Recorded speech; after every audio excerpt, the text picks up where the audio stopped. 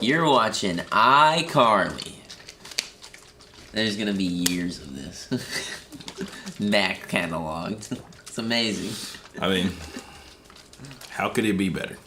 Listen, how could it be any better? Abby would like iCarly. I bet Elijah would like iCarly. It's actually pretty funny. It was good. It was a good time. I'd never have my kids exposed to such filth. such Miranda Cosgrove? Come on, she's great. Have you ever heard her cuss? No. That shit was dope, dude. I'm going. This is my mother-in-law calling me. Nice. I'm going to answer her really quickly because it's. I think I know what it's about. Hello. Do you know what it's about? Hang on, let me refresh this so I can get some live chat up. Awesome. Thank you so much. Here we go. Let me get some live chat going on here.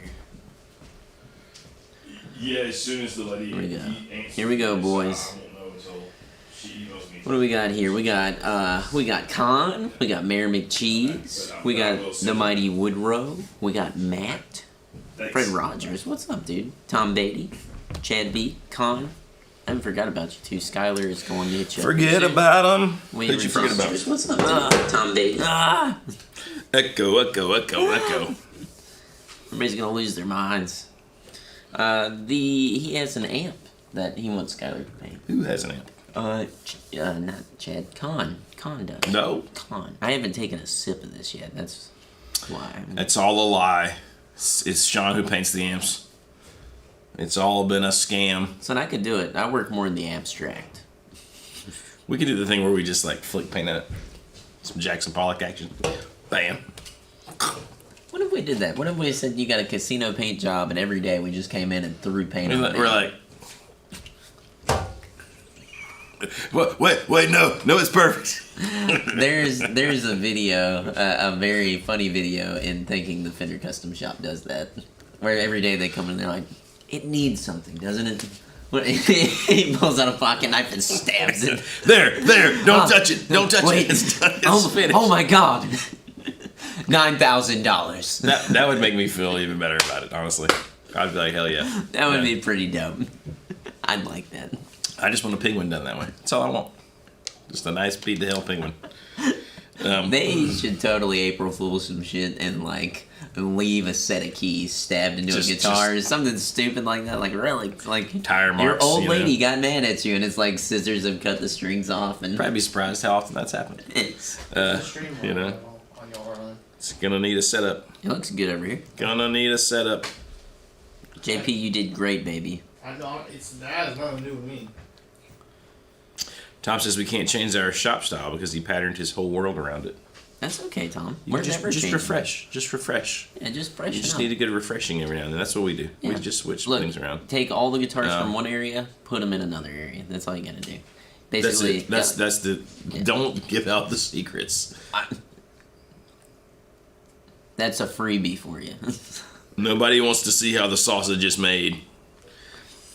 We got John. We got everybody. They don't want to see how the sausage is made. We even got Dan Banks. I saw that. Sweet Dan Banks. Sweet Dan. Dan. Liquid Death Dan. Liquid Death. Till he dies. Till he dies. Liquid Death till I die. Dan wants a Gibson. Dan, sometimes I failed at all sorts of things this morning. Now that I'm thinking about Dan, because I've been meaning to bring Dan a Delphine. Yeah. I didn't know our pal Kevin Walsh was coming. Yeah. So that was a failure on my part. Buy the Delphine is Sweet Kevin Walsh's brown amplification. I keep saying the name wrong, and he corrected me the other day, and I can't remember what the correct pronunciation is. Ethane? The ethane. Ethane? Ethane. I think. Oh, I think of like the chemical ethane. That's how I was saying it. And he was like, wrong? I think it's just the dumb British people, you know, when they're aluminium, you know what I mean? Aluminium. It's aluminum, but whatever, you know. No, it's definitely aluminum. Okay. I've been there amongst the Brits. Yeah. They got their flaws, but they're nice people. I would love to go over there and let them know. It's aluminum. Take this really seriously. Do you call it colour? No, it's color. No, that's right. That's right. Color. That is right. And then they'll be like, well, say crown. Or however they say it. Crayon. Crown? Chad B says, on occasion, who doesn't enjoy a nice, hot, juicy sausage? Whoa. There's a lot of ways you can take that. Listen, my Heat. own son. family has a long legacy of making sausage. I didn't know where that was going. It's like your whole family. What? My own family. Chris Thomas says the Brits put beans on toast. Can we try this? See, that's a good point.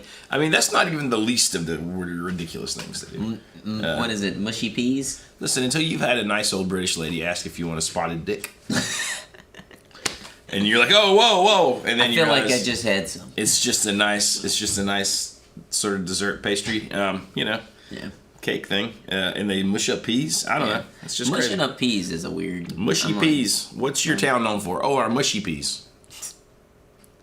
I have a really good friend who comes from Grimsby, and they like mushy peas. I'm like mushy peas and Grimsby. That just. Do they add anything to the peas, or are they just mushing these peas? I feel like they just mush them. I feel like they don't. Not a lot of seasoning, you know. I mean, some of it. Now, to be fair, like some good old bangers and mash. Listen, yeah, that sounds dope. Sausage and potatoes. Fish and that's all it is. It's sausage and mashed potatoes. But my friend Matt used to like.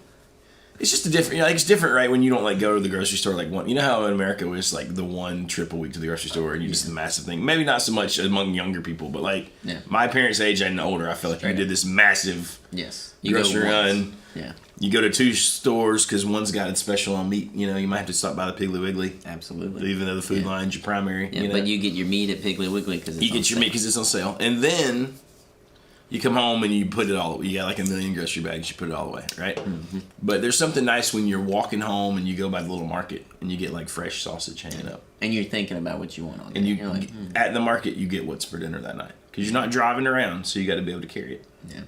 And I was like, oh, this is nice. This is a nice cultural difference. It's wrong, though. Oh, it is wrong. It's absolutely It's time we stop it. Last time, some shit has got to change. We gained our independence. Now it's time to reverse. Have you ever had go the other way? You ever had blood sausage? Not really. I haven't either, but I've seen it, and I'm like, and I've been offered it, and I'm like, I don't know. You want a nice blood pudding? It's like liver pudding, dude. I'm like, fuck off. Nah, like, get that shit out of here, dude. I don't know what that fucking is. Look, there's gonna be people, old guys in the comments, are gonna be like, listen, liver pudding's good, all right. My grandpa loves liver pudding. He's like, that's the shit. That's right. Gross. It sure says gross. I mean, listen. It is kind of gross. If you smell liver pudding, you've smelled liver pudding. You know what I mean? I mean, you know. Blood sausage, same thing. I heard that it's got a mean smack. We do. Live is plain. We do eat Taco Bell, so. Listen, we have our own faults. Okay? We have our own faults. Mary McChee says, "Are we on the old the farmers market life? You know, a good farmers market is great. You can play one every once in a while. Like you go out there and hang out. It looks like a good time. Forgetting your oh yeah produce. But you get a little hookup on some produce there. Some hookup. Well, you know, again, my family with a long history of making sausage also makes some vegetables. So you know, I need to bring you guys more good vegetables. He's been holding out on me for 8 years. My freezer's full of corn. And I always have fresh squash. You know, my freezer's full of zucchinis. Ice. My freezer's full of fucking ice. My ice maker's broke, so I don't have that. We could trade. We could barter. Here's a bag of corn for some ice. Delicious. No, my grandma stocks me up on some stuff. Some nice peas. Some nice beans. Dude, you know what you're getting for Christmas? Beans. I'm gonna have some mushy peas in a bag, frozen, sealed for you. But just a solid break of it. I mean, like, oh my god! As much as I could fit into the bag. But see, it all comes around because they're so upset about eating those mushy peas all the time. They make great music. Oh yeah. They're pissed. Yeah. They're like fighting the man. Well, and see, that's down with the king. Like somebody who was affluent, like Eric Clapton, he couldn't possibly make good music because he had it too well. He was eating steak, lobster, right to it. Bam. No. Yeah, dude. Talk about tone, man. Tone. Okay. Here's the thing we got to talk about. Give it to me. We got to talk about the new interview. Old Uncle Larry being interviewed by Dan Huff. Oh, I didn't know that came out. That sounds great. It's out. It's out. There's if you haven't checked out the Dan Huff YouTube channel, Yeah. I feel like it's fun. It's a little more. It's very relaxed. Like it's just him. I feel like he's just a very like your old soft spoken like grandfather or uncle who happens to shred and has produced all these hit records. Yeah. Just a cool guy. But they're pretty funny. I'm not quite through it all. You know, what I like about both of those guys is that down-to-earth factor. Like, they're not... it's nice. It's like guys like Billy Strings and Marcus King. They're not, like, up their ass. They're kind of like, yeah, no, I get to do this. This is kind of cool, you know? Like, that's badass. I did text Eddie 9-volt and ask him what it was like for how was recording with old Uncle Larry, and he said it was a trip, but the Dan did say that Uncle Larry actually liked them, which I feel like he had to mention him on this channel. So I was like, well, that's kind of fun. I think that's as close to being knighted in Nashville as you can get, dude. Like, Eddie 9-volt has been knighted. I think you were knighted well before this, just in kind of guitar playing, songwriting.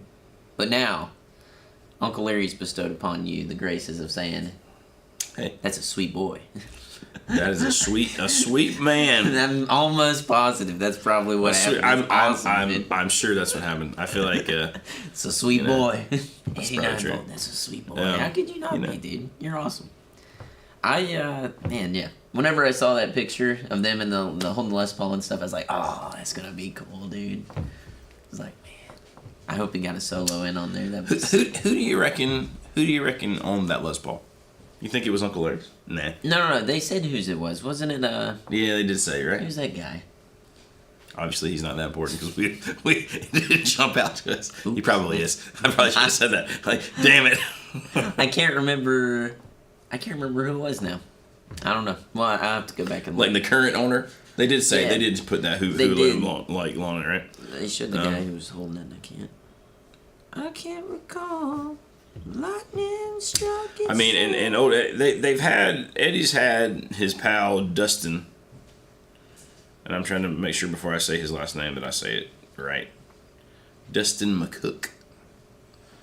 And he is a heck of a guitar player and slide player. And if you don't follow him on Instagram, it's kind of ridiculous. He only has 2,299 followers on Instagram. So I think everyone should go follow Dustin. Tell him you were sent from Casino Guitars. That dude is insane. But he was there playing on the record, and he's been out live with Eddie 9-volt. So Edward and his 9-volt. Sir Edward 9-volt. Sir Eddie. John Conto says I heard 9-volt got Sean Costello's old 53 Go Top. Well, I think they let him borrow it for the record that he was making with Dan Arbark. So I don't think he has it per se. I think it was like given to him to play in the studio, and then sadly he probably had to give it back. I was thinking about this. I sent you that video of the guy talking about how much money you'd have to make on tour being an artist to basically make $60,000 a year. Thinking about all the musicians that we know, especially the ones that are like on that pathway on the way up, and being like, damn, dude. That means like almost most of what they make goes into that guitar or that amp or whatever it is, just because it's like the thing, Like, for sure. Not for bad reason, for good reason, but thinking of a guy like Eddie and being like in my opinion, I'm like, Eddie should be playing like a vintage, 345 and a vintage gold top and shit. Like, he should be killing it. Not saying that no one is worthy, just saying like, definitely, if anybody, a guy like that should be. Well, imagine if it was like. If it was all merit based, like who got what guitars? I mean, it's not gonna be that way. It can't be that way. No. But imagine like this is gonna be ultra nerdy. But imagine like in Game of Thrones, where like the people with the Valyrian steel blades are all like the Master Sword guys. Yeah. It's like damn. But even that, then you get people who get theirs passed down and they kind of suck. And you're like, whatever. Well, then we're right back to Eric Clapton. Then after a few generations, all the rich lords and ladies and dukes have them, and they said, "Look at this." Whatever, but it is kind of fun. Jammin' Jack Cooking Shack is here. I like it. Sorry, I'm taking care of some quick biz. Hey, we both got business coming in. My week has been. I've had so many random business things. It's about to do me in. I'm not made for those things. I just want to sit somewhere and play guitar. Tom wanted to know about the Tone Show, and I was like, "What the hell is the Tone Show?" And then I remembered that's what they call the Road Show now. Oh yeah. It was fun. It was not, you didn't miss anything groundbreaking or life inspiring, but it was a good time. We had our Donnie Rod. We love our Taylor guy, and he's probably near the end of his glorious Taylor journey. He's gonna retire probably. Sadly, I think Taylor's like, please don't retire. Please keep doing this. But the new Taylors, man, straight real talk. They're really good because there's been a while where the Taylor stuff, you're like, it's fine. V-Class, I think, ran its course. And I think everyone's sort of seeing that. Yeah, it was like, and V-Class isn't bad, but I don't know. I feel like as much as it added, it might have taken something away. And there's nothing wrong with that. It's its own voice, But I'm definitely glad to play these gold labels and feel like, damn. And to be like, hey, wow, this is a great guitar. This is a great guitar. My old, which is wild that this is my guitar, thanks to our good pal, who have we not seen in a while. I hope he's okay. Old Mark Stanton. Oh, but my 810 is a ridiculously good guitar. The more I play that guitar, the more I'm like, wow, this is a really good acoustic. But there was that time where like those Taylors were so good, and then we get into the 2000s. And they weren't not good anymore. They just weren't the thing that they were like back when it was like sort of a unicorn to see a Taylor in the wild. Here's a question for you, because obviously I wasn't playing guitar at this point in time. But to me, the way that I view it, the 2000s, like 2000 to 2010, it seems like every guitar company was just in the shitter. Like, and I don't mean like they were doing bad at business and stuff. I just mean all the guitars seem to be very like, and maybe we're spoiled from playing custom shops and stuff and all this BS here and vintage guitars and everything, right? But I think even production line, since 2010 on, has been better from all of the companies. There does seem to be better. There was like a little, and maybe it's the music that was out. You know what I mean? And like the aesthetic of things. I mean, like in that early, like sort of, even like mid 90s. Beyond that, it's like everything has a smell. Everything has a weird feel. Well, it's kind of like it's not out yet. It'll come out today. But Baxter and I, we were doing the new Les Paul studios, the videos, because we got them in the studio session. And for the longest time, I just associated a certain thing with a Les Paul studio. It was like somebody was like, I got a real Gibson, and then they pull that wine red studio out. And you're like, And there's nothing wrong with it, right? Like they're great guitars. People make great music with them, but at the same time, you weren't just like, you were hoping to see like a friggin' Cherry Burst, you know what I mean? Like a standard or something pop out. And then even probably a 70s Les Paul at that point where you're like, whoa. But a lot of that time I didn't know any better, right? Yeah. I just thought, well, I don't know if this is for me. I had this thought on the way here, actually, talking about that, like not knowing any better. Think 20, 30 years ago, how the hell would you figure out what something was that you found? What made me think of this, I saw a guy talking about the Dan Electro Tic Tac bass that was made between 1956 and 1958. Did you send me that video? No. Our algorithms are just synced. It's probably the same. You saw the guy, though. He's like kind of weird looking dude, and he's like, the Tic Tac bass. That guy knows a lot of stuff. He does. He's a bald dude with glasses. I don't know his name, but he's a great Instagram channel. So much good history in like 2 minute segments. But anyways, in today's time, we can find out all this information because we got the internet. A few seconds on the internet, and then you kind of know it. You're like, okay. 30 years ago, if you went to a pawn shop or a yard sale and you saw, I think of all the weird shit that I've invested time into studying. How the hell would you know what that was? And how? But they didn't. That was the thing. Well, that was like, and there's still every now and again when I go to weird little towns. Like not too long ago, I was in Cartersville, Georgia. Yeah. And I kind of found myself in like the not as good part of town, and I went to some pawn shops. looking at the guitars they had, dude. They had no idea what they got. And like, these weren't good guitars. They were horrible guitars, but they were listed as if they were, you know what I mean? I was like, okay. They got a Squire Starcaster. It's just a guitar, you know, and yeah. just some even non-functional things. And I was like, this is insane, right? So, and I mean, like, when I got my first real Gretsch, it was a Tennessee Rose, hanging on the wall, faux F-holes. I didn't know much about it. They didn't either, which is why they traded me a my Korean Gretsch for that guitar, like pretty much straight up. Yeah. And I was like, okay. You know, it wouldn't surprise me if they did know what it was and they also probably had it for a while. It probably just been sitting there. It's a great guitar, but it definitely is a weird guitar. It's a weird guitar. Yeah. And so I'm just saying, like, I bet there's probably huge swaths of history before the internet is what it is now. Yeah. Where people just, you know. Had no clue. And who knows if they had some, like, amazing, like, historically relevant instruments like that. Yeah. That they're just like, oh. Well, think about, like, guitar. Like ES-347. Could you imagine that going into certain shops? I could see it, where, like, certain shops it goes into and somebody's like, this isn't a real Gibson. The bridge is all wrong. Yeah.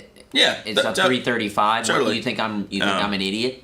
Well, there was a dude who came in yesterday. Really nice older gentleman with like 19 people. He was rolling with a posse, and they were in town. I don't know what they were in town for, but they're here, and he wears a little Australian Outback hat the whole time. It was kind of cute. And then you know, he's talking to me, right? And he's got a 1960 like P bass that he bought. He didn't like that the finish was chipping and flaking off, so he stripped it and refinished it. Still plays it. They had some kind of like class reunion. And his pal, who is like a dentist or something, they bought him at the same time. He's got a 1961 Strat. Yeah. They had their reunion. They played it. They didn't know what to make of the custom shop stuff. He was like, yeah, it kind of started looking like that, so I had it redone. But like even those guys who are sort of musicians, right? Yeah. And like we're doing it like heavy in high school. Yeah. They got jobs and did stuff and no idea about that those guitars are worth a ton of money right now. No idea that like maybe I shouldn't have refinished mine. You know what I mean? And they just got them. Talk and they play about a tale, especially like I said, we've talked about this before. I think in the South, the refinish thing, the strip it, and I did it in natural because I wanted to see the wood grain. How often do you see that? How many? And I thought about this, and I kind of laughed when he was telling me. Not bad. I'm not making fun of him. I'm just saying I laughed because. We see old P basses, especially in old basses, stripped down to that natural finish. Yes. And like some form of the turtle, you know, the tortoise pickguard. Yes. Over and over, because that is like a certain age. Yes. Southern. Yes. I wanted to see that wood grain, you know. I mean, consistently, we've got a Jazzmaster next door. We had another Jazzmaster that was the same exact thing. Dude. We've had a couple of Strats come through. That's the deal. Like. And there's nothing wrong with it, but nothing wrong with it, but it's crazy. It also proves that those finishes really did just kind of like they were done. You know, but that's what I usually hear too is that they said it just like parts of it just fell off. Yeah, and they were like, well, what else was I gonna do? It fell off and it looked like shit. I was like, damn. God. Because now we're all obsessed with the guitar that looks beat to shit, but people back then were like, oh, it just looks shitty. Oh yeah, you know what I mean? They're like, oh god. It's like your car. So they're like, and a big chunk of paper. And so now. Their guitar matched the wood paneling in their living room. Fast forward 40 more years, you know, from the 70s, and it's like, okay, cool. I was gonna say, I feel like probably we should start doing this and taking a poll and making people really think to tell us when they strip the finish. I guarantee you, whenever they said, well, I bought it in the 60s, and then in the 70s, I'm 1,000%. If they could have covered them in that Koran shit, they would have done it. You know, the white stuff that's on everybody's countertop. Like, well, it would never done again. You know what I mean? That's why I was always it's really going to last. Piece of shit fender, ash body. It's not mahogany. It won't match my fucking dinner table. You know? It's like shit. It's just kind of fun. It's just kind of funny, you know? We know how Mary McCheese feels about the Nitro. Listen, I stand with cancer. It's fucking terrible. Listen, does somebody have a I feel like there was a RSD bridge question. Dustin, the RSD bridge is amazing. The RSD bridge is, by the way, it is really, really good. Yeah, so he asked just above that. He said, what are your thoughts on the custom shop Jazzmaster bridge? How does it compare to other Jazzmaster bridges? Well, and Fettuccine Al Raver says that he likes it even better than that. I think it's at least as good as the Master Bridge. But I'm kind of with that. And at first, sometimes on the offsets, I'd see the RSD and think, oh, it doesn't have the right look. But now, it's like everything else. I've gotten used to it, and I'm like, oh, that's neat. I'll tell you this, a luthier friend of mine, not a luthier friend, well, yeah, he's a guitar builder. So, anyways, he works with a lot of different offset styles and stuff. I'm not going to say any names, but anyways, he usually uses a mastery bridge. I sent him a message and I said, hey, can I buy a mastery bridge from you? Because they were sold out wherever I was looking at otherwise. And I figured he would, he'd be like, yeah, here's one and set me up on cost or maybe a little Hell yeah, brother. Right? So regardless, I messaged him on that and he said, dude, I'm going to do you one better. And a couple days go by and in the mail pops up a damn RSD bridge. And I was like, oh, shit, okay. And he was like, honestly, I like the Mastery, but I think this is better. So I dropped it in to the Jazzmaster, and I was impressed, honestly. I think the RSD bridge is really good. That brass saddle is kind of, well, it really does fix all the sort of issues. It does, yeah. It keeps the nuance that happens behind the bridge, which I like, Now, I want to know, Mm-hmm. Who's played any of the Music City bridges? Dude, I've played one. I kind of want the Telly one. I mean, it's $40, so you just order it. What the hell did I play? There's something that I played recently that has it on there. Was it one of those little Les Paul Juniors or something? Dude, where did I play that thing? Damn, I'm gonna kick myself because I think you might have been like teaching a lesson or something. You could have played it too. It made me kind of think with the SG, which I figured out how I'm going to get the SG fixed too. We got to call old boy today. And, I almost just said that a minute ago, but I went to talk to him for you. Yeah, because we were going to should have called him yesterday. Tuesdays are so weird because I'm gone most of the day teaching. I'm going to order a Music City bridge for that thing though. I'm going to be like, fill the holes. I don't want the trim on there. Just bam, dude. Bam. Put that bitch on there. Got a little snake bite on there. A little snake bite. Actually, I guess it won't really be a snake bite since it's not Bigsby, but whatever. Once bitten, twice shy. My telly is so good right now. I don't know if I want to change a thing, but then I'm kind of like, oh, yeah. What if it's even better? What if it's even better? What if it's even better? You got Andy Dion. I know. I saw that. I was like, what? I don't know if I've met Andy, but hey, Andy. Do we have a B-Bender? I've never owned a B-Bender, and we don't have any in the shop right now. They're fun though when we have been able to play them. Yeah, for sure. Kyle McCann says he has a Music City bridge on an old Melody Maker, and SG Junior made a huge difference. I mean, I believe it. I mean, if there's any guys that you want to listen to about things that make guitars be in tune and sound better, it's probably going to be like Joe Glazer or Tom Buback. Well, it's like, oh yeah, cool. And then they got those new Telly bridge barrel things, where they've got the perfect alignment for the string, where it's threaded, but you can also flip it and it's not or something. It just looks awesome. I'm going to get those. What sucks is those came out 2 days after I bought saddles for my antique with Telly that Mark Stanton gave me. Sad. I got that in my bag over here. Yeah, it is sad. I was like, shit. It's like you. That's been a good Telly, man. It's been a great Telly, dude. I love it. Yeah. I mean, it's man, it's fun. We were playing it last night. It was good. This is all. I left all my shit in here because it was Skylar's birthday yesterday, and I had to get out of Dodge. I saw you left her cupcakes next door. Oh shit, I did. She was sitting home cupcakeless. Cupcakeless. Man's gonna kill me. That guitar was fun sounding last night. I just popped into a Sean having a little jam / rehearsal.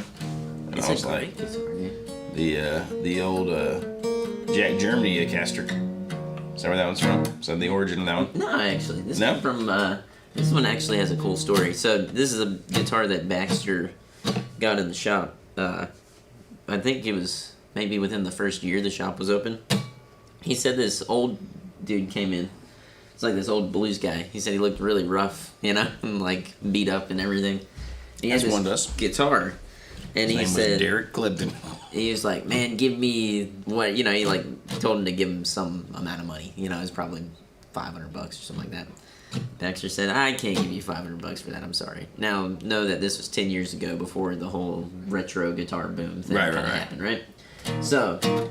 Yeah, like 2015, 16. Exactly, yeah. So this wasn't really like a poppin' thing. These were probably $300 online. Baxter's like, I can't do that, man.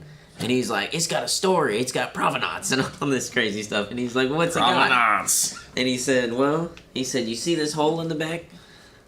And Baxter's like, yeah. He said, he was like, somebody shot me and then went through the guitar and shot me in the foot. And he was like, it was while he was out playing or something like that. And Baxter said, no, it's not. And he's like, you can't even prove that.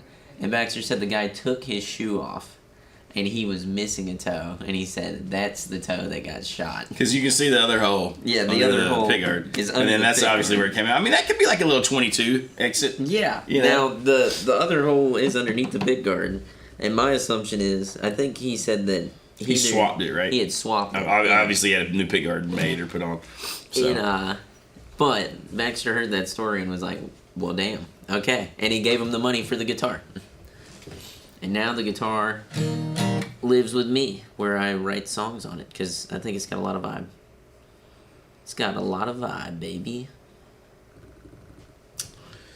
We're talking about... It is a Harmony, by the way. Harmony.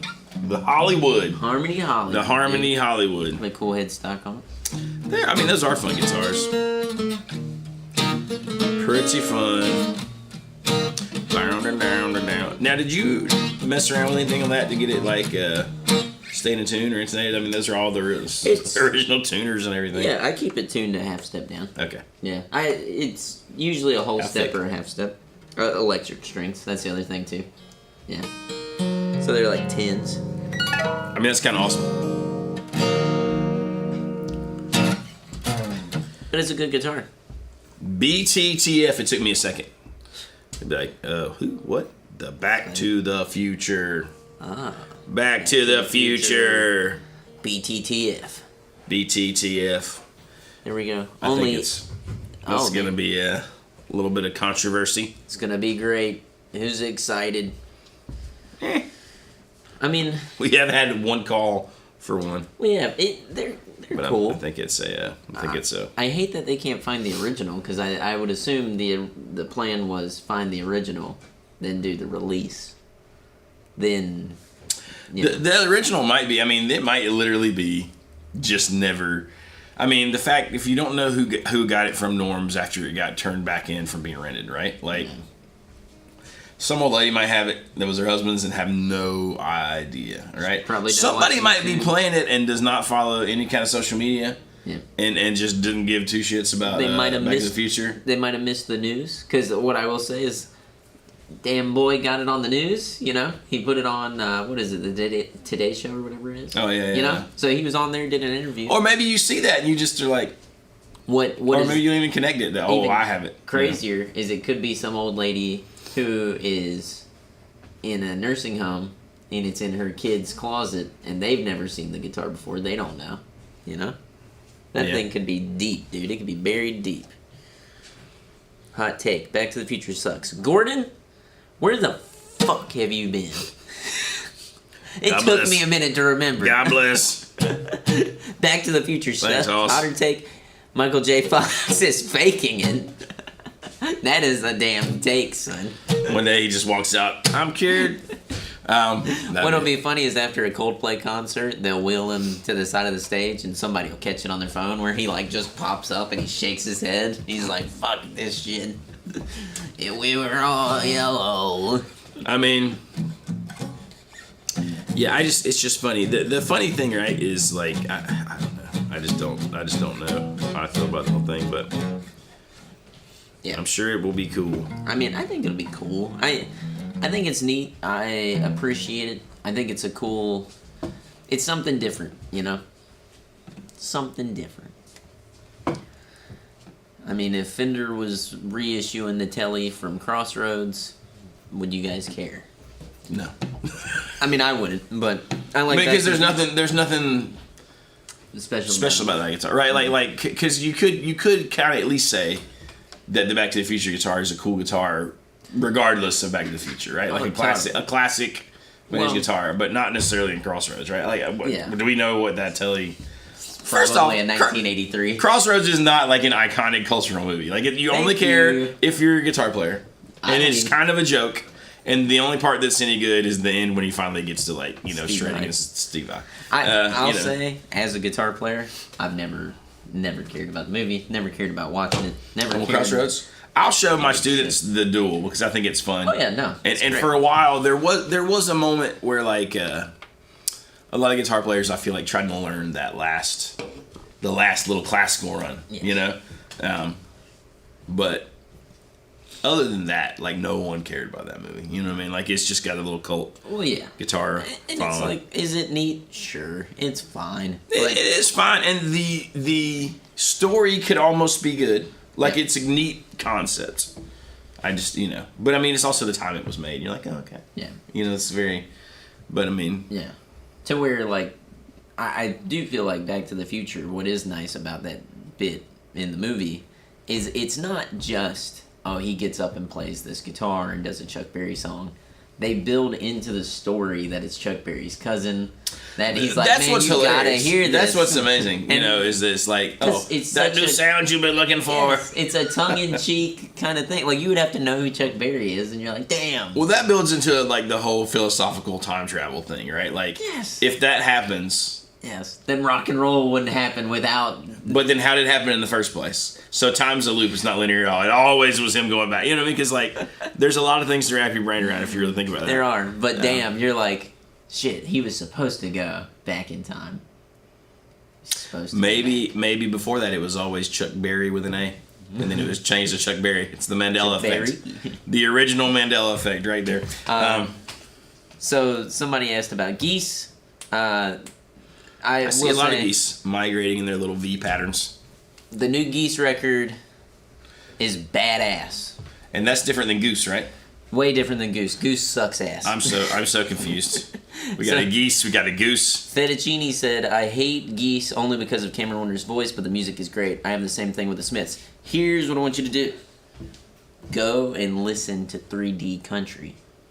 And then go back and listen to the new record. Because I think if you hear 3D Country, his voice, it's a little more curated, but you at least get, I don't know. I listened to that record for a couple of years, and at first I had a similar thing where I was like, the voice is a little weird, and then it grew on me because it was like, I haven't heard a voice like that ever, and it, kind of hit me. I was like, damn, dude. It was, that 3D Country record rocked my shit, and then this new record is amazing. So dig it. We'll be the judge of that. Go be the judge of that. Yeah. All right. Nice. Mary Cheese says the one scene thing we were talking about Crossroads. One scene with the mojo though, giving you all the mojo I got. I mean that's right at the beginning, right before he has to go face old Steve, old Jack Butler. What did you guys think about the Sinners movie or the one with? I mean that's very guitar centric. Yeah. No, I watched it in a hotel room the other night because when I was in when I had to go play, and I was like, it was fine. I was like, I expected more from all the things I'd heard, honestly. Well, that's where I was at. Have you watched From Dusk Till Dawn? Yeah. For me, watching this movie, I was like, oh, it's just From Dusk Till Dawn. Like, the whole time Not quite as good. Well, exactly. I'm like... Now, to be fair, I watched Dusk Till Dawn as like a kid, essentially, what I mean? So... But, I mean, So, Skylar watched Sinners. And then I had, like, come in and out through parts of it. Yeah. And I had told her, I was like, she was like, I've never seen From Dusk Till Dawn. So then we watched it, and she was like, oh, yeah, no, this is better. And I was like, well... I mean, and better's a word. It was a really neat concept. Yeah. That movie. There was just a few things I kind of wanted them to do. I kind of wish I think there was a lot of missed opportunity. 1000%. And I get what they did do and what they were pointing out and stuff. I do enjoy the concept of the film. And I don't even mind, like, the whole, like, fucking white people vampire pieces of shit. You know what I mean? Fuck them. I think... though that they could have built that bigger, if that makes sense. So, does Baxter sing? Yes, he does. Maybe he does. No, Baxter sings. Baxter's actually a really good singer. Yeah. He's a pretty good singer. They did cover Marquee Moon in a New York show, and that was badass. I was like, it's cool. It was a bit of an odd cover, but I'm also like, they made it their own, which is cool. I like it. I mean, how do you even get odder? Yeah. It's pretty odd. Marquee Moon. It is. I like it. But it's cool. But it's fun. I was pulling out some television licks last night in a solo I was playing. I'm like, yeah, fuck it, watch this. Let me burn up these television fretboard barn burners. Hell yeah. Yeah. JP looked at me. He was in awe. He was like, he fucked up that riff. He's just dropping his drumsticks. Mouth open. Tongue wagging. Baxter's shaking his head. He's like, you dumbass. He's like, don't even try it. Don't even try it. Don't even try. Hell yeah. I did. Let's talk about Sweetwater.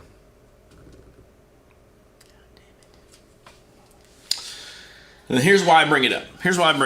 Go for it. Saturday, I'm at a gig, private gig. Mm. Pretty good paying, little private gig. Nice. For all the folks who live on the other side of the tracks. You know what I'm saying. You know what I mean. And I'm setting my stuff up. And I've already got this god awful cobbled together rig that Tom talked shit about the other day in the picture because my power supply died on my little acoustic board. Yeah. And so I was like, damn it, but I got 2 1-spots. So I literally just threw the Fishman, the Platinum Plus EQ, it's got the compressor, it's got all this shit, it's direct, that's what I use for my acoustic. The looper, and then I just took my smaller electric board and just tied them together so that I'd have, and I'm only using the one delay and the one overdrive to boost for solos and stuff, right? When I do looping. Yeah. But that was easier than like figuring out a way to power. It was just, it was right. You So sound like a man who had to make some decisions. So anyways, so I get there, I do the thing. Yeah. No guitar signal. Now it's going into the tuner. It's going into the tuner on the Fishman, which is the last thing in the chain. Yeah. So obviously all the patch cables are working. And I thought, the XLR is no good. So I switched them from what I was singing through. The one that wasn't passing signal from the EQ works fine on the microphone. Then I'm like, oh man, let me check the channel on my little tower. Nope, it's fine. So I start messing around. There's a button on the back of that Fishman. Mm-hmm. Pre and post. If it's pre, you're going into it and it's just coming out just like a regular old run-of-the-mill like DI box. But you're not getting the preamp section. You're not getting any of the EQ. You're not getting the compressor. You can't use the tuner or the boost. It's before all that stuff, right? But you go post and you get all that stuff, which is what makes your guitar, especially my Martin only has a passive K&K pickup. Yeah. But it sounds great. It needs the preamp, right? Yeah. So anyways, for whatever reason, it just won't pass signal like that. And I'm like, son of a bitch. So I make it work, right? It's fine. It wasn't the greatest acoustic tone you ever heard, but it was fine. Because you're a professional. Because I'm a professional, sort of. But anyways, that's neither here nor there. I got through the gig just fine. Gig was great. People were loving it. I call Sweetwater. I text my rep first. He's great, like normal. How those picks doing for you, Jonathan? Hey, bro. Hadn't heard from you since those patch cables. No, but oh shit. So, anyways, he's like, yeah, I'm gonna have support email you. He was super cool. We had a little conversation. How was your summer? Blah blah blah. Then support emails you, and they're like, hey, Jonathan. And he asked me what I was doing. I told him. I was like, and I already gave the whole spiel. Like, hey, here's the power supply. I checked the cables. It was none of those things. Like, it's just not passing signal when it's on that one setting. Cool. He's like, cool. Yeah. Sends me the thing. The support lady's sort of fine. Or I say lady, I don't really remember, but I feel like it was a lady name, but who knows these days? And she's like, what's it doing? And I tell her, and she's like, cool. She's like, sounds like the best thing is to have it sent in for evaluation. And so then she's like, I'll send that over to some other department. She's like, and they'll be with you within 2 days. And I'm like, well, before on things on warranty, you would say, hey, this thing's not working. Okay. They send you the new one with the label to send that one back.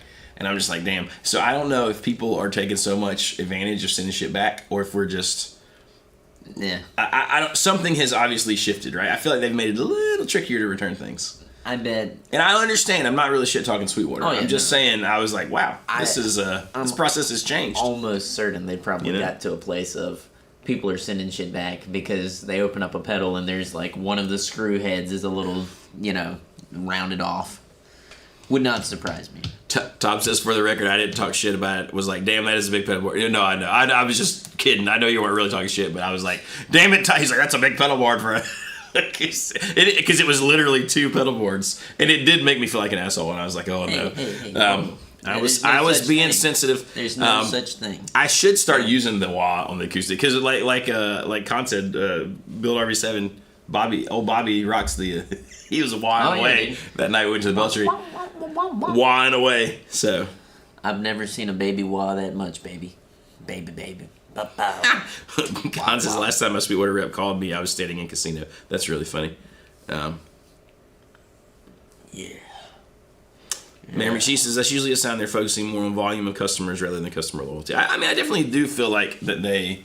Yeah. That is their whole thing is volume. Yeah. But I mean, I don't know. They're usually pretty. Back to you. Yeah. But I do think they will get back to me. I just think it's funny that there are 3 steps involved now, when before I felt like it was literally a call. And they're like, hey, I'm sending it out now. The new one's on the way. The new one's on the. Maybe I'm just not a value. Maybe I'm not a VIP anymore. Do you not feel like a valued customer there, Jonathan? Just saying, there are things. No, I think obviously I think Mary McCheese is right to a certain extent that it is, they're definitely looking at the volume of moving things as the primary. How much shit can we pack? Oh, I mean, and honestly, and to be fair, this was not just a straight return. This was a warranty. Because you get 2 years on that stuff most of the time. And I was within my pretty, the 2 years would have been March next year, March 2026. And we're in whatever month we're in, October 2025. Now, and I have loved that little Fishman thing. That's a good center preamp. But luckily, I've got a backup. So it's got a backup, baby. But if I didn't have a backup, I was thinking about that. I was like, man, if I didn't have a backup, be a little fucked. Those Grace Whew.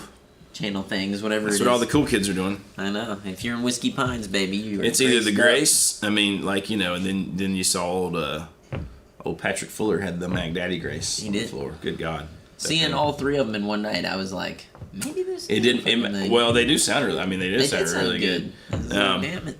They do sound really, really good. That's right. Tom says Sweetwater watches this channel and knows they will never get any more guitar bids from you. I mean, that's not true. That's a lie. They'll get it, those bastards. Because there'll always be that one thing. I can never really tell if my Sweetwater rep actually knows, because we talk about casino. I don't really think he cares. Yeah. Oh, yeah, no. Because we all have the same one. I think maybe he's not, because, your rep might not primarily be a guitar player. They might be a keyboard player or like a live sound guy, or you know what I mean. They got to know about all the things, but they might not necessarily be.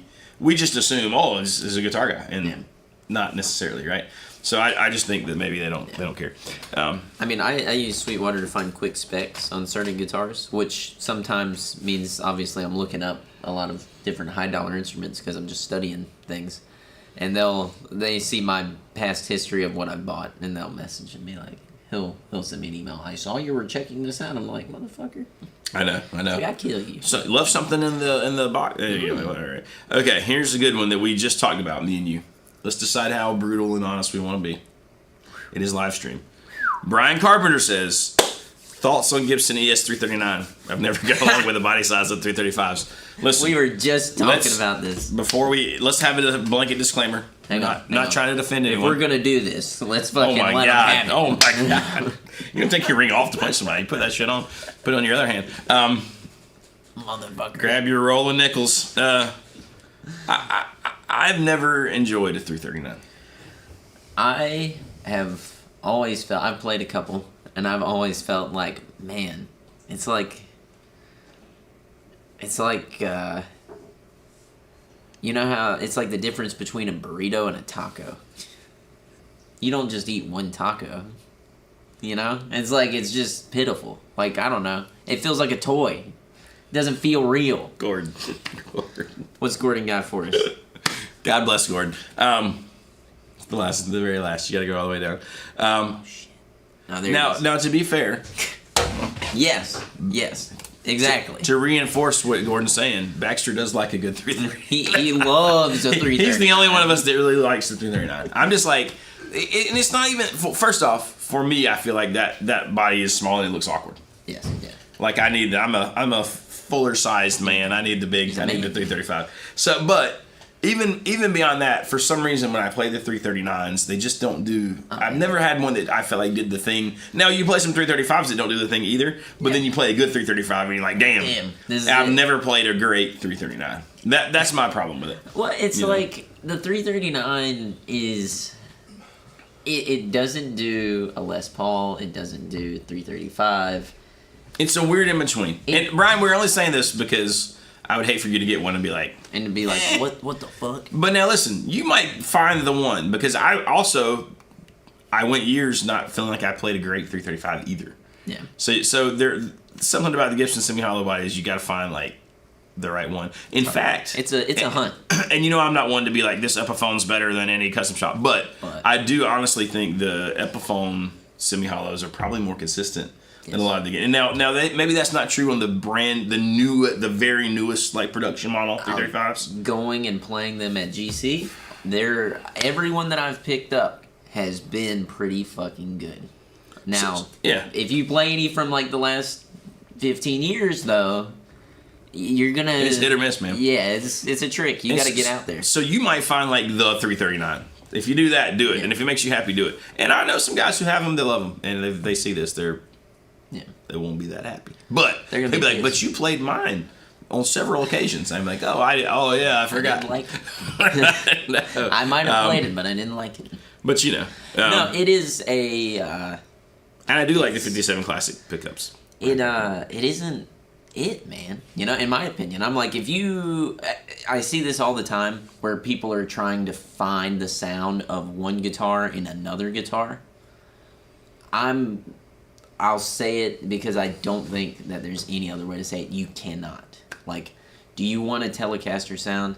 I don't care that it splits coils. I don't care that it does this. It won't be a fucking Telecaster, okay? Like it'll be a different sound. It'll be a different sound. And you can use it. And that sound might be the sound that you want. And it might be awesome. It might be fucking great.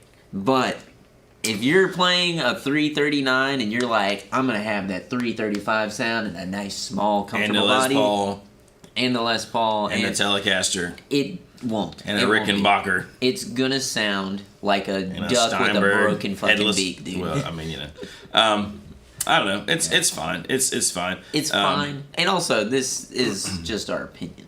I think we should establish that. Because there are going to be people, and like I said, Baxter kind of likes the 339s, but in fact, we had one in here that me and you were like, turn our noses up at. And Baxter's like, man, I really like this. Damn. Okay. But now, Profile Production says, how about the ES Les Paul? I'm pretty neutral on that. I don't have any strong, I haven't played them. ES Les Paul? Never, what's that? The semi-hollow Les Paul, got the F-hole. Oh, yeah. I mean... it's never tickled my fancy, it's not my so to say, so I've not played a ton of them or thought a ton about it, but the couple I've put my hands on were fine, I'll tell you this, with stuff like that, somebody brought up a thin line telly in there. I think guitars like that at least tend to lean into a lane of their own, to where I don't feel like the 339 does. I feel like the 339 kind of is just failing in a lot of places, to where you play a thin line telly and it's got its own character. It's got its own distinct sound. Maybe the 339 has its own character and sound. Maybe I just don't like that. That's probably what it is. Kyle says, how many 335s do you guys sell that just get played on the couch unplugged? Probably a large number. I don't know. I imagine a lot of people do that, right? Because, I mean, this isn't a shot at anybody. You know what I mean? Like, I understand that when I buy guitars, like, I do go out and play them, and dude, I'm using them for shit. But I mean, playing most people who afford nice guitars, have a real job, and they work their ass off, and they're tired, and they want a nice guitar. And hell, if you can afford a nice guitar, that's why I'm like not into shaming anybody. Who's not a great player for not. But listen, if you're just exhausted, like I have days where I go home and I'm just like, damn, and I just want to sit on the couch. So if you buy your nice ass 335 and it makes you happy because you can afford it, and then at the end of the day you just sit and strum around the couch, whatever, dude. That sounds That's awesome you. to me. You know what I mean? Like, Thing, but so probably a lot. The same thing with the 339. And what I was gonna say is, I mean, I know a ton of people who would look at something like this and be like, dude, that's a piece of shit. It doesn't sound like it's ever in tune right, or anything like that. And they're fucking right. Yeah, it's like, no. Good ears. It's just what I like, you know? Well, but that's a very, like, specific thing, right? Yeah, but, like, there's a weird thing on the internet where people, like, get all fired up and they, like, lose their fucking minds because somebody said something, right? I like to, you know, get spicy and get heated and, like, have hot takes and opinions. But I think it's okay to do that so long as you let everybody know it's okay. Like, you like a 339. I think that's stupid. But, like, it's cool. Like, you can play that. That's cool. I mean, everybody will think you're gay. No, kidding.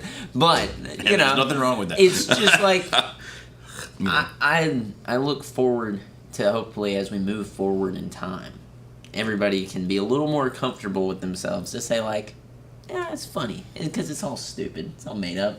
If we were all going to be that way, then there would only be one guitar and then have one kind of pickups. It'd be the top, you know? Yeah, wouldn't it be funny it. if it was like that, right? Like if it was tiered. Like you started so with boring. I don't know, something really basic. You just started with Strat, you know, and you're trying to work your way up to a 335 one. Yeah. But there's no good or bad versions of them, you know what I mean? Or yeah, like, it's just... I don't know. Couch Players Unite. That's right, Matt. That's right. That's right, baby. Sean's got a good point. Unless you're a race car driver, do you have to buy a Honda Accord seat? Exactly. You know? Exactly. And it's all, man, it's all like, God, no matter what you think, there's always levels above and below that you had to consider. Oh, yeah. Sometimes I think I'm doing okay, and then I, you know, get on stupid Instagram, I'm like, damn it. I not done anything with my life. Well, and sometimes I'm like, my life sucks, and then I, you know, go to a dive bar. I'm like, oh, yeah, no, the it's thing fine. about Instagram, though, Instagram's not real life, you know? Comparison is the thief of joy. Yeah. What me and Skylar were talking about That's this what they last say. night about, you know, feeling like you've achieved things or like you see other people and like what other people are achieving and stuff and what does that mean and all this bullshit, right? Whenever you see people online, know that, like, yeah, it's cool to see. Let's use a Tom Bukovac as an example. Oh, he's in the studio playing guitar and he's like hanging out and they're playing all these vintage guitars. You're seeing like what, 5% of his life, 10% of his life? Yeah, I mean, maybe more because it's his job, right? Well, I was gonna say he's like that top 1% of the 1% who's like, you know. Well, but still, I mean, there are days it looks like he's just playing in his garage. Yes, exactly. And we don't, like, I think sometimes nothing wrong with that, you know? All of us do this where we don't realize it. And I told her it kind of deals like with artists. Like, she talks about some of the eclectic lives and stuff like that. And I was like, we live a pretty weird life if you really boil it down.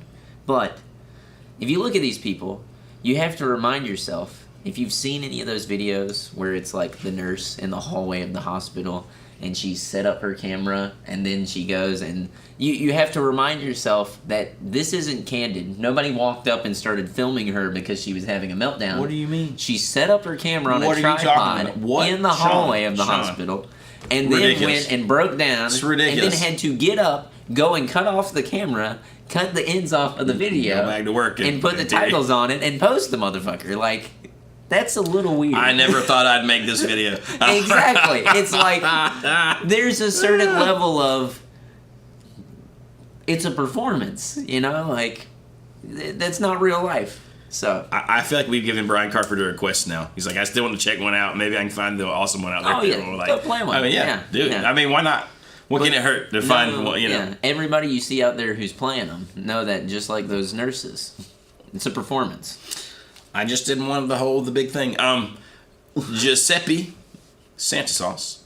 Taylor Baritone. Did you guys love them or hate them? I love it. We got one next door that I want to buy.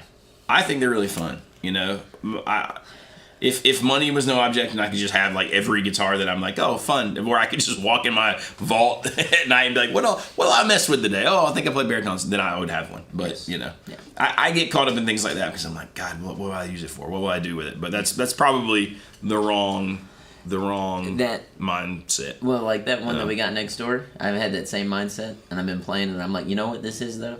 This is just like that fucking thing. I'll sit down and I'll write on this bitch. That's what it is. Sean Brooks says, like, filming myself crying on the toilet after eating hot wings.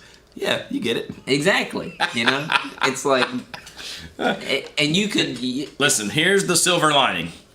Soon you're not going to have to actually have that experience. You'll just have AI create a video of you crying on the toilet with hot wings. yeah. And it'll be like, oh, we can't tell the difference. I've been playing this video game, Cyberpunk 2077. They got this thing in there called a brain dance, and it's literally that. You basically live vicariously through somebody's thing via a chip. So, like, you plug it into your head, and you fucking go in, and you do that shit, Jonathan. Right. It's bad. Like, if you want to fucking shit on the toilet, you just live through somebody else's experience, and it feels real. So it's coming. He's sending an email to the government right now about it. He said, fuck. I love it. Yeah, no. Yeah. That is where we're headed, though. That's where we're headed. So, what are you going to do? It can't leave with you, Chad B. I'm buying it. Oh, wait, the deputy. Yeah, you can buy the deputy. Yeah. Do it. I'm talking about the baritone Taylor, dude. That thing's... Let's do it. Oh, boy. Shredding Finn says Cyberpunk never grabbed him. Tried it a few times. Listen. I've never tried it. It was dog shit for about 2 years. They've done a bunch of updates though in the last 2 years since then. It's pretty damn great. I've been playing it. I was the same way. I deleted it. I was like, I'm not playing this shit. And holy hell, it's awesome. It's an immersive experience. It was a good breakaway. I needed a breakaway, and it did a great job. If you're not doing that, then you're playing Battlefield 6. We already know it. JP's playing Battlefield 6 right now. I'm going to war. He's going to war, dude. I've been Look at him. drafted. He was in here last night before we rehearsed. He had his shirt off. He was like yelling at the screen. I did. And Mountain Dew cans everywhere. I got to experience the moment of the Battlefield 6. No, I wasn't in control. I was just over JP's shoulder, like after when working. It's a ride. And I was like, man, It's a fucking ride, Man. dude. You can blow up buildings and stuff. it seems like it's probably a ride.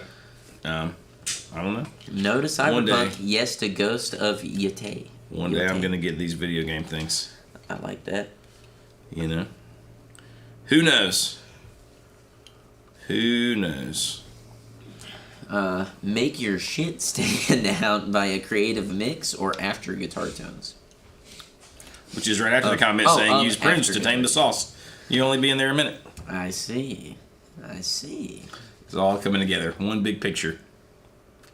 One big picture. Are our bobbleheads somewhere around? Are they They are. Can we see them? You guys want to see the bobblehead? We got bobbleheads. Let's go see. bobbleheads? Grab them.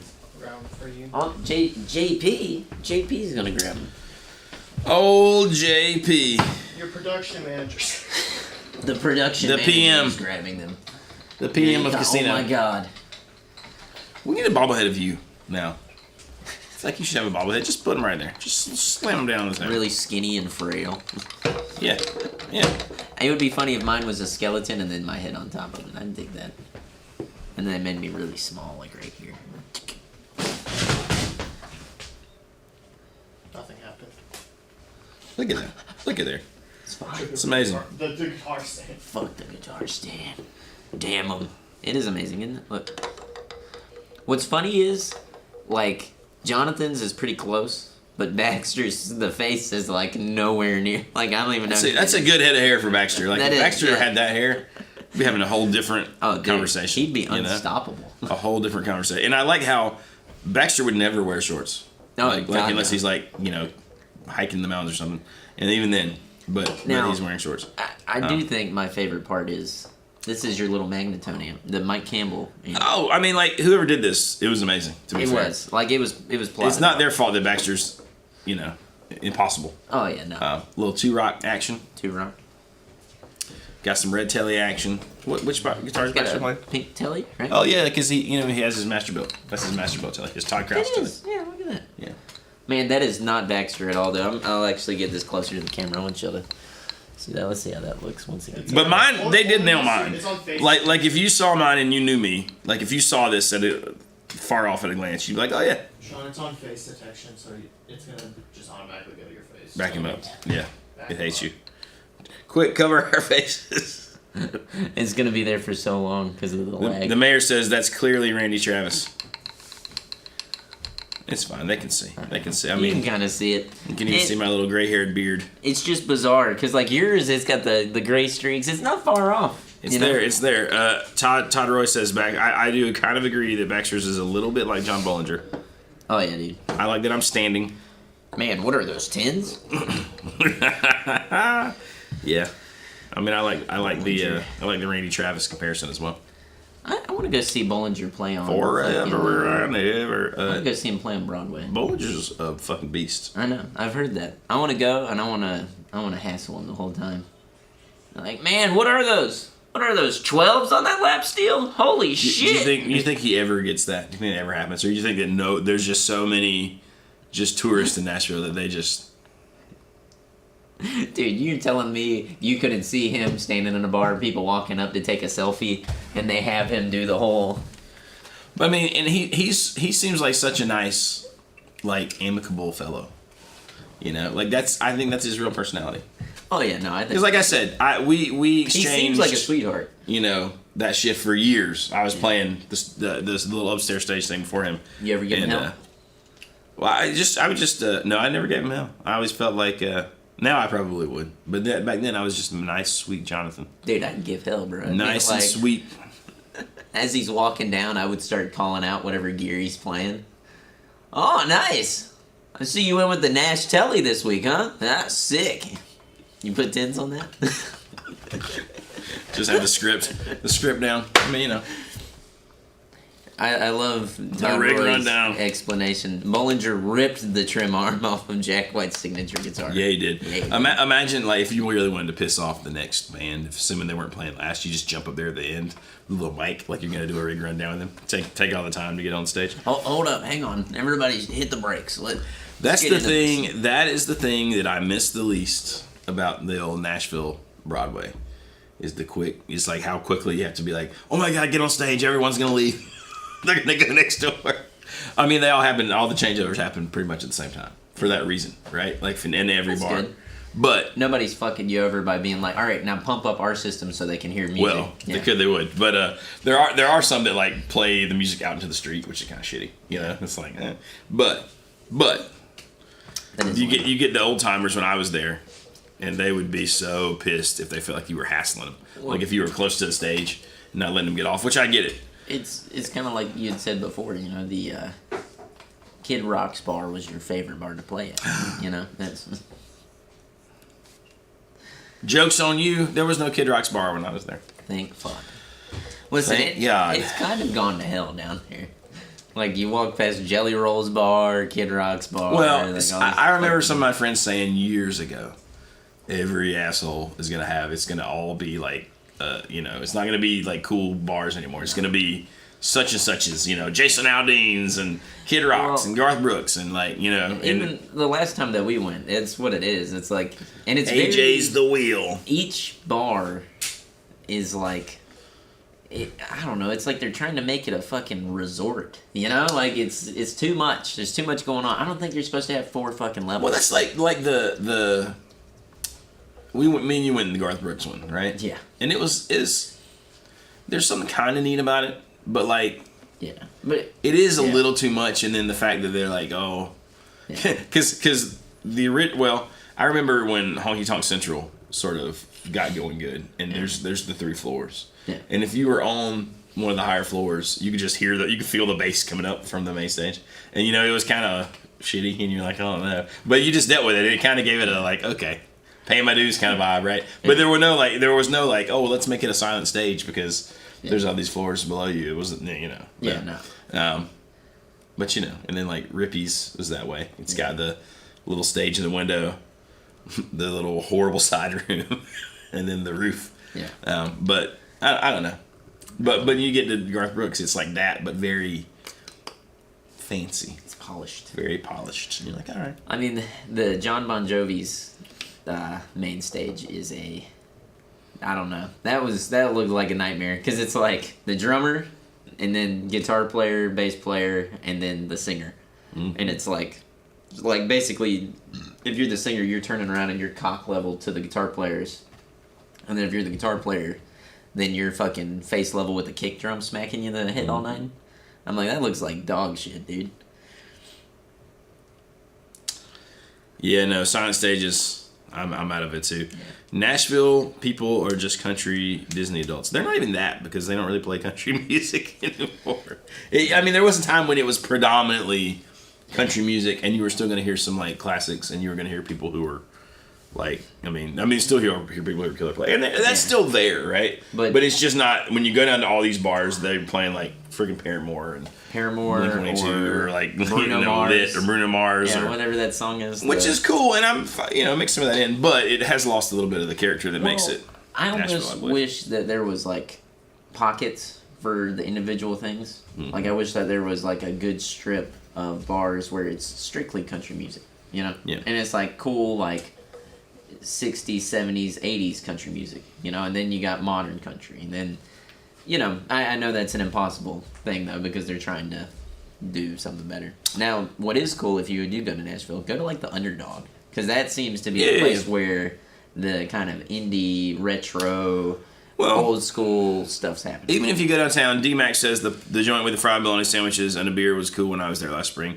That's Robert's Western World. That's cool. Yeah. So go there, go to Layla's, go to AJ's, Good Time Bar, whatever. They used to be the Wheel, and I think all those places kind of still have like pretty traditional, not traditional, but just it's just country stuff. Yeah. So. Sean Brooks says the market decides. I don't know if the market, like, this was a weird one, right? Because a lot of that stuff, it kind of happened when everybody cleared out after COVID. Yeah. And then, I feel like people bought these places up, and then and then it was just trendy to be like, I think that's mostly all the Berkeley what kids happened. Moved in. But I mean, because if people didn't love that stuff, then Roberts wouldn't be packed all the time. It's just, I guess the thing that's weird is it feels a lot more like when you go now, like you just went into any bar in any town with good music, know. It's like as opposed to having like a... Yeah, it's more like a good cover band behind the stage, And all these Berkeley boys come down with their keyboards. So there you go. Berkeley boy. All right, I'm going to go next door and open up the shop before Baxter kills me. Tom says... Good talking. Best wants us to go to Nashville. Can I reach out and get your ideas on where to go? Hell yes. Of course you can. And I am very far kind of removed at this point. I'm like 9 years removed, so I got some ideas, but they're probably not. They're not what they once were. He's got them in the bag. But yeah, I'll tell you where I'd go if it was me. Sean has just been in Nashville too, so he knows. I don't know what. No. But yeah. Chad B says CMA Fest. CMA Fest is fun as a person there enjoying it. It's tricky if you're trying to play downtown because it gets so crazy. Mary McCheese, I would like to spend a little time in the old Memphis. I think that would be fun. I think it would be fun, and I've never spent much time there, so I'd like to hang out on Beale Street for a bit and see some blues. Sean Burke says Paramore covers from a custom shop Telecaster. I feel like they're probably there's still tellies on the old strip there in Nashville, but there's a lot of PRS. There's a lot of there's a lot of everything, but there is a kid there named, I feel like his name is Nate Gregory, and let me look him up just to make sure that I'm telling you the right name. Who is young, man, and he can play. He's from Kansas, and that kid is amazing. And it's funny because I've followed him on Instagram for a long time, and Nate Gregory. He's just gotten better and better and better. He's out touring with some folks, but I saw him playing. He seems to play at Chiefs a lot. So if you go to Nashville and you want to hear like legit Telecaster like shredding country style, you got to find him down there. He's pretty awesome. Mary McChee says Beale Street's one of the most fun places I've ever been. Not a tourist trap culture. It felt like a block party. See, that's cool. That's kind of cool, And there has been times when I felt like downtown Nashville was a little bit like that, but it is almost so many like bachelorette party kind of things now that it's a little tricky.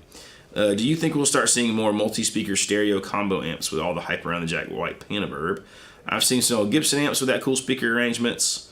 I think when I think of that, I think Magnetone too, because Magnetone's got the sort of stereo thing, although they don't tend to be different speakers. I mean, maybe. I don't necessarily know the hype of that Panaverb, if it's enough to translate into like more production amps with that thing. I mean, we might see more sort of like boutique-y things like that. I also think I don't know. It's tricky for some people. I love the Panaverb. I think it's awesome as well. And I think some of the stereo Magnetone amps are obviously amazing. That panoramic stereo is amazing. But I don't know. We'll just see. But my sort of pessimistic first thought is probably not, but maybe. Todd says, Jonathan, thoughts on this Nashville session player, Justin Ostrander guy? He seems too nice and too good of a player. He does seem too nice, and he is a great player. I love his channel. I don't know him at all, but I really do enjoy his playing, and I enjoy his sort of banter on YouTube. Because he does. He just seems like a nice, down-to-earth dude who is like grinded and has kind of made it in that session game. And I think the insights he gives on his channel about like how to think about guitar parts, and you actually get to see him track things, and it's just really neat, you know. And the things you have to pay attention to detail-wise that you don't necessarily think about maybe when you're playing live, or when you're not putting something down on tape that's going to be heard by hopefully lots of people. But I like him a ton. Todd says he has to have a skeleton. Like, does he kick babies or something? I've never heard anything bad about him, but I don't know. But he does seem very, very nice. I'd like to hang out with that dude. Because he, and maybe he is horrible in real life. I don't know. But I do like his take on things. And I like his take, even his take on sort of like the country music. He addresses sort of the idea that the music is really cookie cutter, and what modern country music is, and about how he thinks about playing on those things, and I kind of like that. Why doesn't Fender do more heads? Was the deluxe reverb issue head not popular? I think people just think of Fender as the combo amps with reverb, you know what I mean?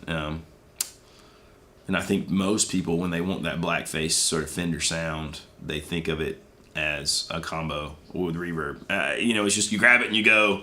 That's become the iconic thing, probably in part because of the popularity of like the deluxe reverb and stuff. But I don't know, man. The piggybacks were sort of like a time in history for them. When you think about the old Trim Deluxes and all that, the blackface Bassmans and Bandmasters. So, and then you got all the Silverface stuff, but I don't know. God, they were such those huge cabinets. But when I think Fender, I just think I think deluxe reverb, super reverb, twin reverb. So I don't know. There is a blackface Fender head behind me. There actually are a couple. There's for sure a Bassman. That's a Bassman, and then there is a Tremolux somewhere. In the corner is a Tremolux. That's a Bassman, and then there's another Bassman right there that you can't see. But so there's at least 3 blackface Fender heads here, and I actually really do like. I love the Bassman, and I've owned old Bandmasters and Tremoluxes that I enjoy a ton. And oddly enough, the last one that I had, I converted to a 112 combo. so maybe you go. There you go. Mary McShee says, I felt way more concerned for my safety with drunk drivers in Nashville.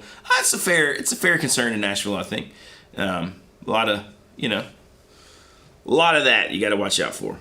So, man, Todd Roy, do the Princeton if you can do it. Those are such good amps. They look cool. I want one, but not trying to buy a 50-year-old amp. Man, you can't go wrong with the heads because there's no speaker to have worn out, you know what I mean? Like the 2 rattle stuff is not an issue. Like in how the shape of the baffle on a combo amp. So if you got a decent cab and you want to get into that, you can get them for relatively decent prices now. Still, kind of. I mean, some of the best. I mean, I kind of could kick myself for getting rid of some of the heads like that I've owned, but it is, you know, like I said, it is tricky because, you know, no reverb in them. But they got plenty of headroom just to plug it in to the front of the amp. Any decent reverb pedal. But yeah, you should just try it.